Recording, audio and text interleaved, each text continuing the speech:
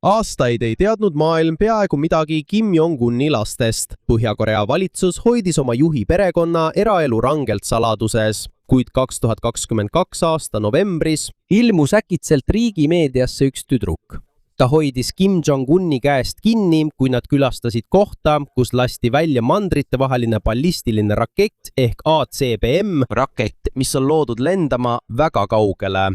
Põhja-Korea meedia ei avaldanud lapse nime, kuid Lõuna-Korea luure tuvastas ta kui Kim Jong-uni tütre, keda arvatakse olevat Kim Ju-ai. See avalik ilmumine oli oluline, sest Põhja-Korea kõrgeima juhi lapsi näidatakse avalikkusele väga harva. Veelgi üllatavam on see, et tema esimeseks avalikuks esinemiseks ei valitud tavalist perekondlikku sündmust. Teda näidati oma isa kõrval ja ühe riigi tähtsaima relva juures. Sellest ajast alates on teda korduvalt nähtud koos Kim Jong-uniga sõjalistel üritustel ja teistel olulistel valitsusprogrammides. Kui saabub 2026 aasta, Lõuna-Korea riiklik luureteenistus teatas, et nad näevad juba märke, et Kim Jong-uni tütart valmistatakse selgemalt ette kui võimalikku järgmist juhti. Siiski ei ole Põhja-Korea poolt veel ametlikku teadet, et just tema saab pärijaks. Kuid enne kui maailm teda nägi, 2013 aastal toimus üks kummaline sündmus, mis esmakordselt andis infot selle lapse kohta. Sel aastal külastas Põhja-Koread endine NBA täht Dennis Rodman. Rodman on tuntud kui endine kuulus korvpallur Ameerika Ühendriikidest, kuid tal tekkis ebatavaline suhe Kim Jong-uniga, sest mõlemad armastavad korvpalli. Teda kutsuti mitu korda Põhja-Koreasse ja ta kohtus isiklikult ka Põhja-Korea juhi perega. Kui Rodman naasis ühelt reisilt 2013 aasta septembris, ta ütles intervjuus The Guardianile, et ta kohtus Kim Jong-uni naise Ri Sol-ju ja nende väikese tütrega. Rodmani sõnul hoidis ta isegi last süles ja kutsus teda Ju-aiks. See oli üks esimesi kordi, kui maailm sai teada, et Kim Jong-unil on tütar, kuid siiani on kinnitatud teave Kim Jong-uni perekonna kohta endiselt piiratud. Lõuna-Korea luureandmete kohaselt võib tal olla veel lapsi, kuid kõik üksikasjad nende arvu, vanuse ja soo kohta ei ole selgelt kinnitatud. Kuna Põhja-Korea hoiab oma juhi perekonna kohta käivat teavet väga rangelt, on raske kindlaks teha, millised raportid on täiesti õiged. Seetõttu on veelgi olulisem vaadata, mida Põhja-Korea valitsus ise näitab. Ja siin muutub Kim Ju-ai juhtum eriliseks. Selle asemel, et teda nagu teisi pereliikmeid varjata, pannakse teda järk-järgult oma isa kõrvale sündmustel, mis on seotud riigi sõjaväe ja võimu. Isegi viis, kuidas Põhja-Korea riigimeedia temast räägib, on muutunud. Nad kasutavad tüdruku kohta kõrgemat ja austusväärsemat tiitlit. See on asi, mida eksperdid hoolikalt jälgivad, sest tiitlid on Põhja-Korea poliitilises süsteemis väga olulised. Aastal 2024 Lõuna-Korea luure teatas, et ta on tugev kandidaat, keda võidakse ette valmistada järeltulijaks. Kuigi otsus võib veel muutuda, kui see juhtub, saab tema rollist Põhja-Korea ajaloos väga oluline. Riiki on juhtinud juba 3 põlvkonda ühte perekonda. See algas Kim Il-sungi ajal, järgnes tema poeg Kim Jong-il ja seejärel tema pojapoeg Kim Jong-un. Seega pole küsimus nüüd ainult selles, kes tegelikult on Kim Ju-ai. Veelgi suurem küsimus on, miks pärast aastaid Kim Jong-uni perekonna varjamist otsustas Põhja-Korea valitsus selle lapse avalikkuse ette tuua. Ja miks teda sageli nähakse just nendes kohtades, mis näitavad tema isa sõjalist ja poliitilist võimu. Kui Kim Ju-ai ilmub nüüd üha sagedamini avalikkuse ette, on endiselt raske teada saada, milline on tema tegelik igapäevaelu. Tema emaks arvatakse olevat Ri Sol-ju, Kim Jong-uni abikaasa. Ri näidati esimest korda avalikkusele koos oma abikaasaga 2012. aastal. 2018. aastaks nimetasid Põhja-Korea riigimeedia teda juba austatud esileediks, mis on riigis harva kasutatav kõrge tiitel. Kuid Kimmide perekonna elu on väga erinev tavalise Põhja-Korea pere omast. Nende elukoha, hariduse ja igapäevaste tegemiste kohta hoitakse infot rangelt saladuses.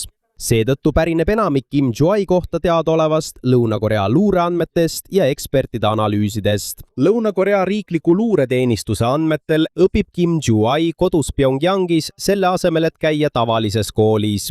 Väidetavalt meeldib talle ka ratsutamine, suusatamine ja ujumine. Eriline eluviis pole Kimmide perekonna lastele midagi uut. Põhja-Korea kasutab mitmeid turvalisi elukohti. Wonsanis, riigi idarannikul asuvas rannikulinnas, on samuti suur kompleks.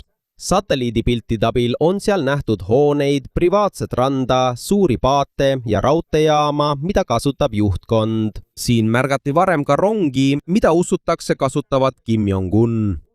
Wonsanil on perekonnaga isiklik side. Siia tõi Kim Jong-un varem Dennis Rodmani, kes rääkis nende paadisõidust ja muudest vaba-aja tegevustest koos pere ja külalistega. Aga ei ole vaja teada iga detaili Kim Jong-un luksuslikust elust, et mõista, miks ta on oluline. Olulisem on jälgida, kuidas valitsus teda esitleb. Põhja-Koreas valitseva perekonnaliiget ei panda niisama lihtsalt riigimeediasse. Nende piltide, tiitlite, külastatavate kohtade ja kaaslaste valik on väga hoolikas. Seega, kui Kim Jong-un korduvalt näidatakse oma isa kõrval, eriti tähtsatel sõjalistel ja riiklikel üritustel, siis on igal tema ilmumisel poliitiline tähendus. Ja mida vanemaks Kim Jong-un saab, seda selgemaks muutub see muutus. Ta ei ole enam lihtsalt laps, kes seisab oma isa kõrval. Tasa ja targu asetatakse teda kohtadesse, mis on seotud Põhja-Korea kõrgeima võimuga. Aastaks 2026 küsimused tema tuleviku kohta teravnesid veelgi. Ta on juba koos Kim Jong-uniga kõrgemal tasemel riigiüritustel, sealhulgas tema esimene avalik külastus Kumsusani päikesepalee juurde, mausoleumi, kus puhkavad endised juhid Kim Il-sung ja Kim Jong-il. Mõne analüütiku jaoks selline ilmumine on oluline, sest Kim Jong-un seotakse otseselt valitseva Kimide dünastia ajalooga. Siiski tal ei ole veel ametlikku positsiooni, mis selgelt ütleks, et just tema on järgmine juht. Seega pole tõeliselt oluline küsimus see, kui luksuslik on tema lapsepõlv. Tuleb jälgida hoopis seda, miks Põhja-Korea valitsus järk-järgult seob selle lapse sõjaliste sümbolitega, riigi ja valitseva perekonnaga, sest Põhja-Koreas alustati ka varem juhtide ettevalmistamist samamoodi, enne kui nad lõpuks kõrgeimale positsioonile pandi. Ja et teada saada, kas seda tehakse nüüd ka Kim Jong-uniga, peame vaatama, kuidas Kimide perekond tegelikult annab võimu edasi ühelt põlvkonnalt teisele. Ja nüüd läheme tagasi. Suur muutus Kim Jong-un avalikus rollis algas 2022 aasta novembris. Sel päeval katsetas Põhja-Korea Hwasong 17B-d, mis on üks riigi suurimaid mandritevahelisi ballistilisi rakette ehk ICBM. Selline rakett on loodud selleks, et läbida väga pikki vahemaid ja potentsiaalselt jõuda Ameerika Ühendriikide mandriosani. Just sellel raketikatsetusel näidati esimest korda avalikkusele Kim Jong-uni tütart. Sellest ajast alates ei olnud ta enam lihtsalt laps, kes on oma isaga kaasas. 2023 aasta veebruaris võeti ta samuti kaasa banketile, mis toimus Korea Rahvaarmee 75. aastapäeva puhul. Järgmisel päeval oli ta samuti koos Kim Jong-uniga suurel sõjaväeparaadil Pyongyangis, kus näidati mõningaid Põhja-Korea kõige võimsamaid rakette. Sellised esinemised on olulised, sest Põhja-Korea valitsus kontrollib rangelt, mida riigimeedias näidatakse. Seega, kui Kim Jong-un korduvalt pannakse oma isa kõrvale koos kõrgete kindralitega ja sõjaväeametnikega, on loomulik, et eksperdid uurivad, kas selle taga on suurem poliitiline sõnum. Järgnevatel kuudel suurenes tema avalike esinemiste arv veelgi. Teda nähti raketiga seotud üritustel ja sõjaväeprogrammides.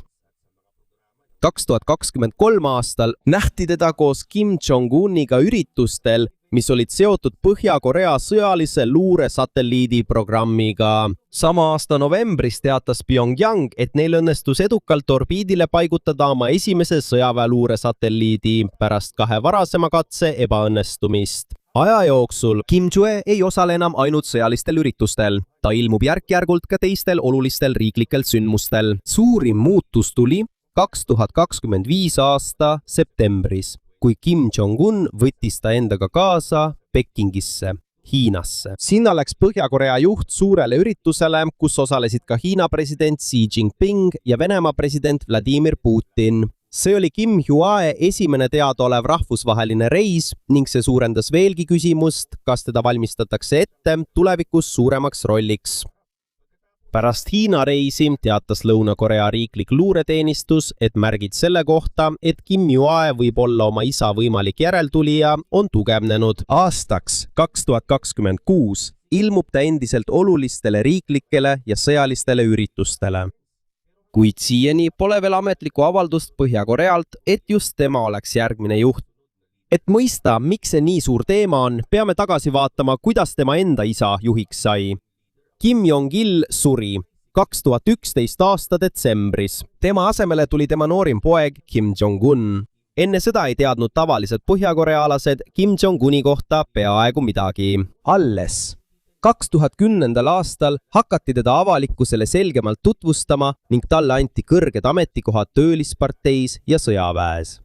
Kui tema isa suri, kuulutas riigimeedia ta kiiresti peamiseks järglaseks. Aga endise juhi pojaks olemine ei tähenda automaatselt, et ta kohe kogu riiki kontrollib. Kim Jong-un on veel noor ja teda ümbritsevad vanemad ning kogenumad kindralid ja parteiametnikud. Seetõttu tugevdas ta oma võimu esimestel valitsemisaastatel järk-järgult sõjaväes, valitsuses ja tööliste parteis. See on põhjus, miks vanemad inimesed.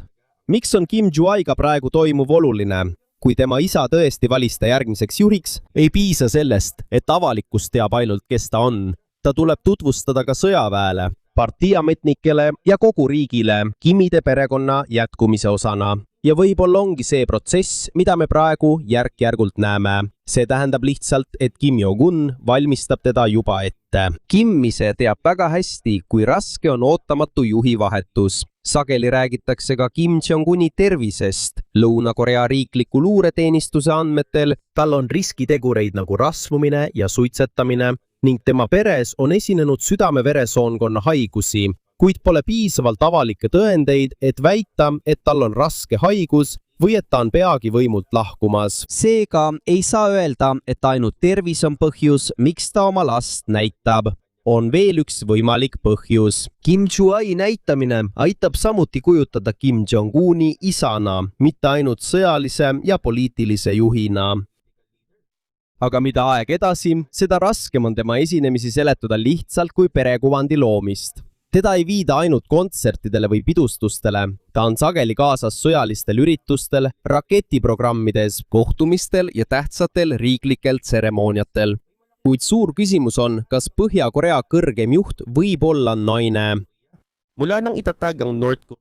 Kõik kõrgemad juhid on olnud mehed. Kim Il-sung, tema poeg Kim Jong-il ja seejärel Kim Jong-un. Tugev on ka traditsiooniline arusaam, et mees on riigi poliitilises süsteemis ja ühiskonnas peamine juht. Aga on üks oluline näide, mis näitab, et valitsevas perekonnas võib naisel olla suur võim. See on Kim Yo-chong, Kim Jong-uni noorem õde. Ta on üks tuntumaid Põhja-Korea valitsuse ametnikke. Ja ta räägib sageli riigi suhetest Lõuna-Korea ja Ameerika Ühendriikidega. Tema positsioon näitab, et naist ei takistata automaatselt süsteemi kõrgeimasse ossa jõudmast. Veelgi olulisem kui see on üks asi, perekond. Põhja-Korea lihtsates seadustes ei ole kirjas, et järgmine juht peab olema praeguse juhi laps, kuid riigi ajaloos võim anti edasi Kim Il-sungilt tema pojale Kim Jong-ilile ja seejärel Kim Jong-unile. Seetõttu on otsene seos niinimetatud paekto vereliiniga väga oluline. See on poliitiline idee, mida Põhja-Korea valitsus kasutab, et rõhutada valitseva Kimide perekonna erilist positsiooni. Siin saab Kim Joo-ai suure eelise, sest ta on Kim Jong-uni enda tütar. Kui tema valitakse, võib perekonna otsene liin jätkuda 4. põlvkonnani ja see võimalus on viimastel aastatel veelgi tugevnenud. 2024 aasta alguses Lõuna-Korea tööstus ütles, et nad näevad Kim Joo-aid tõenäolise järglasena.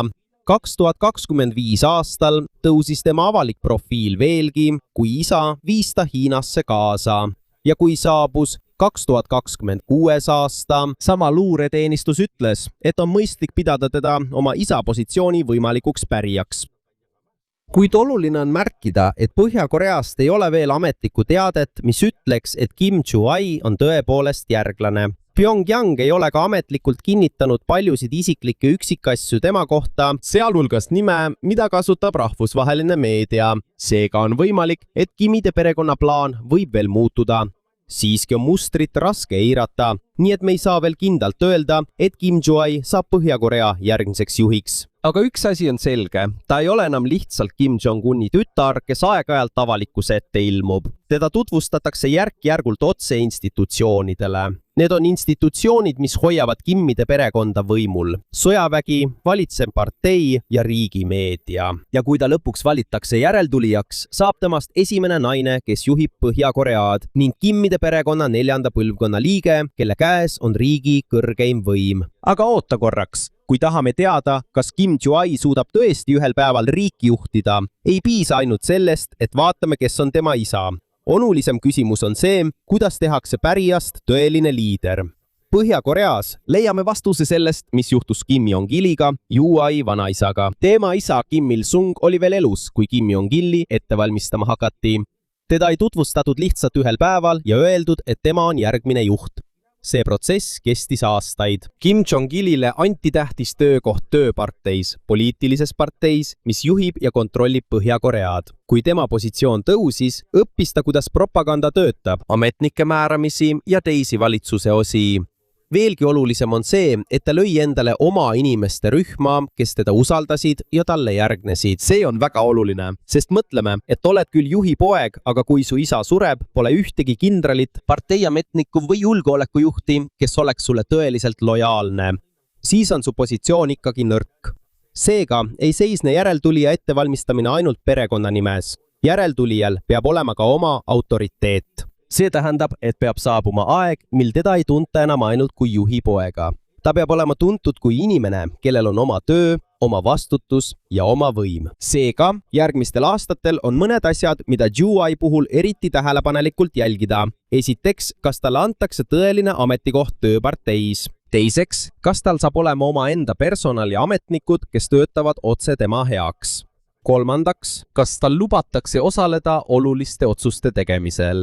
Ja neljandaks, kas kõrged ametnikud hakkavad teda järgima, isegi kui tema isa pole tema kõrval. Kui need asjad juhtuvad, on see juba teine tase, sest see tähendab, et ei tutvustata enam lihtsalt tulevast juhti. Ta hakkab tasapisi looma omaenda võimubaasi. Aga on veel üks probleem, millega 3 esimest Kimmide perekonna juhti pole kokku puutunud. Kui Joo-ai saab järgmiseks juhiks, on tema esimene naine, kes peab juhtima süsteemi, mida on kaua aega juhtinud mehed. Me ei pea enam kordama, kui tugevalt on Põhja-Korea meeste poolt domineeritud. Olulisem küsimus on nüüd, kuidas ta saab tõelise võimu nende inimeste käest, kes on temast vanemad, kogenumad ja on süsteemis töötanud aastakümneid. Näiteks kujutage ette vanemad kindralit, kes on elanud 50 või isegi 60 aastat ja kelle peaaegu kogu karjäär on olnud sõjaväes. Aja jooksul võib juhtuda, et ta peab alluma naisele, kes on temast mitu aastakümmet noorem.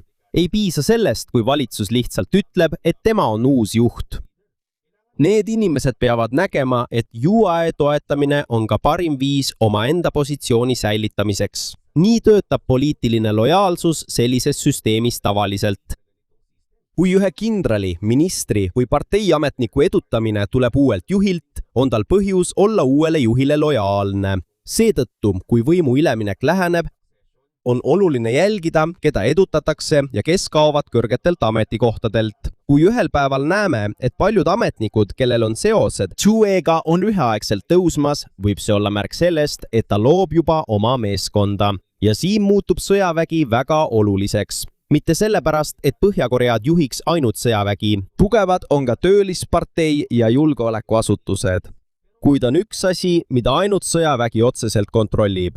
Riigi tohutud relvajõud. Kui olukord on normaalne, on selge, kes on kõrgeim juht. Aga mis juhtub siis, kui Kim Jong-un äkitselt kaob? Siin muutub kõik keeruliseks. Teistes riikides on protsess selge. Näiteks on olemas asepresident, kes automaatselt asendab presidenti. Põhja-Koreas pole see nii lihtne. Pole selget avalikku reeglit, mis ütleks, et kui kõrgeim juht sureb, siis automaatselt see inimene võtab kogu võimu enda kätte. Seega, kui see juhtub ajal, mil Joo-ai on veel noor ja kogenematu, võib esmalt kehtestada ajutise korralduse. Võimalik, et rühm kõrgemaid ametnikke juhib esialgu igapäevast valitsemist, kaitstes samal ajal valitud järglase positsiooni. See võib hõlmata töölispartei, sõjaväe ja julgeolekuorganisatsioonide kõrgeid ametnikke. See ei tähenda, et nemad on uue püsivad juhid. See on umbes nii. On ühe väga suure organisatsiooni noor pärija, kuid ta pole veel valmis kõiki otsuseid tegema. Seetõttu teevad ajutiselt vanemad inimesed palju tööd, samal ajal kui teda järk-järgult ette valmistatakse. aga sellise korraldusega on üks suur probleem, mis siis, kui ajutised juhid saavad liiga võimsaks. Kui üks ametnik kontrollib sõjaväge, teine kontrollib julgeolekuteenistusi ja kolmas töölisparteid. Igaüks neist võib saada võimsaks, omada oma toetajate gruppi ja just sealt võibki alata tõeline võimuvõitlus. See ei tähenda, et Pyongyangis kohe sõda puhkeb. Suletud poliitilises süsteemis võib võitlus olla vaikne. Seda võib näha näiteks mõne kindrali äkilises tagandamises, uue ametniku edutamises, turvajuhi vahetuses või mõne kunagi väga mõjuka inimese kadumises avalikkuse eest. Kõige olulisem küsimus on, kes kontrollib uut juhti. Kui UI on veel noor, siis kes annab talle infot? Kes ütleb talle, keda võib usaldada? Kes valmistab ette dokumendid, millele ta alla kirjutab? Ja kes otsustab, milliste ametnikega ta kohtub? Need võivad tunduda väikeste asjadena, kuid see on tohutu võim. Kui sa kontrollid infot, mis juhini jõuab, saad sa mõjutada tema otsuseid. Seega on Kimide perekonna jaoks parim olukord lihtne. Kim Jong-un jääb piisavalt kauaks võimule, et õpetada ja anda tulevasele järglasele omaenda autoriteet. Mida pikem on ettevalmistus, seda rohkem aega on järglasel omaenda võrgustiku loomiseks. Mida lühem on ettevalmistus, seda suurem on tõenäosus, et ta peab teistele lootma. Ja on veel üks tõsisem probleem. Põhja-Koreal on tuumarelvad. Kui juht äkitselt kaob, peab jääma selgeks, kellel on otsustusõigus kõige olulisemate sõjaliste otsuste tegemisel. Ei tohi tekkida segadust selle üle, kes annab relvajõududele käske. Seetõttu juhtkonna vahetuse ajal oluline pole ainult järeltulija nimi, samuti peab käsuahel jääma terviklikuks. Käsuahel on lihtsalt järjestus, kes annab käske ja kes neid täidab. Näiteks annab kõrgeim juht juhiseid kõrgeimale sõjaväe juhtkonnale. Sealt edasi käsud liiguvad alla erinevatele komandöridele. Kui käsuahel on selge, teab igaüks, kellele ta allub. Kui see on segane, on see ohtlik. See on üks suurimaid põhjuseid, miks uuel juhil on oluline saada vanemate sõjaväeametnike toetus. Ainult Pyongyangi valitsusasutuse kontrollimisest ei piisa. Järglane peab ka kindlustama, et kogu riigi relvajõud järgivad endiselt ühtset juhtimist. Kui üleminek õnnestub ja Jue saab täiskasvanuna tõepoolest juhiks, seisab ta silmitsi hoopis teistsuguse küsimusega. Millist Põhja-Koread hakkab ta juhtima?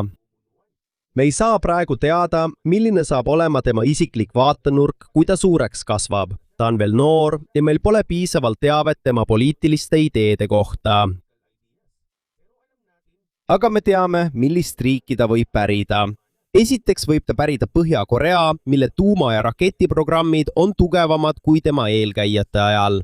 Praeguse riigi suuna juures peab juhtkond tuumarelvi riigi julgeoleku oluliseks osaks.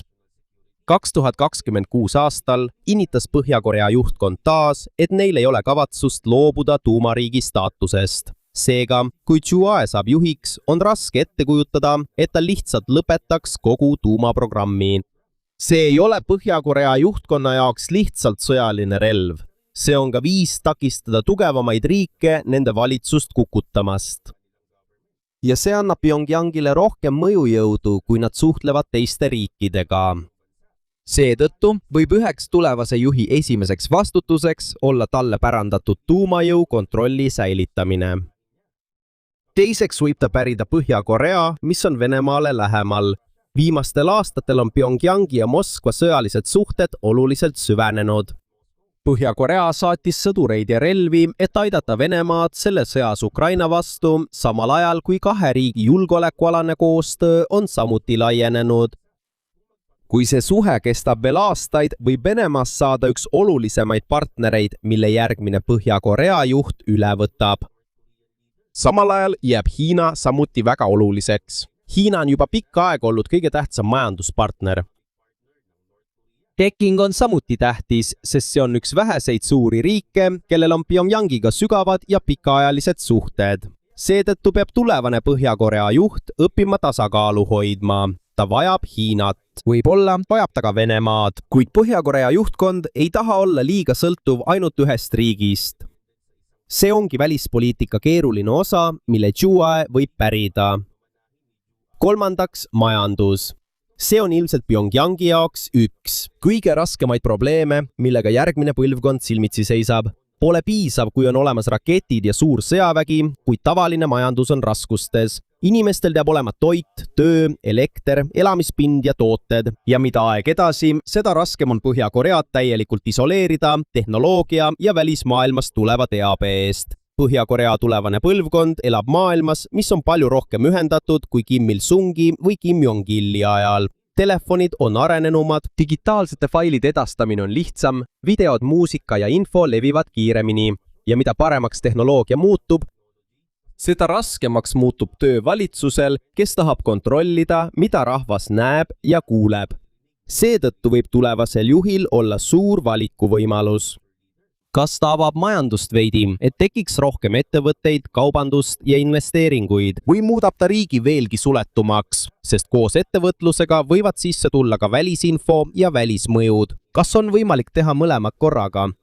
Võib-olla lubatakse mõningaid ettevõtteid, et majandus teeniks tulu, kuid samal ajal hoitakse poliitilist kontrolli rangelt. Seda on juba erineval viisil teinud teised autoritaarsed riigid. Seega ei ole automaatne, et kui toimub majandusreform, siis tuleb ka demokraatia.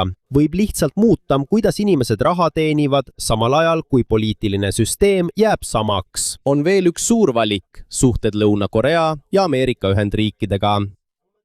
Tulevane juht võib valida läbirääkimised, kui on võimalik saada majanduslikku või julgeolekualast kasu, kuid ta võib kasutada ka sõjalist survet, kui usub, et see on tõhusam. Need kaks strateegiat võivad olukorrast sõltuvalt vahelduda.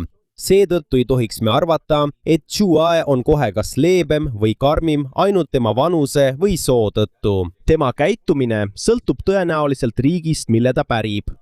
Kui valitsus on stabiilne ja majandus kasvab, on juhil lihtsam proovida uut poliitikat. Kui majandus on nõrk ja riigis on palju probleeme, võib ta eelistada rohkem kontrolli ja turvalisust. Kui suhted teiste riikidega on head, võib toimuda läbirääkimisi.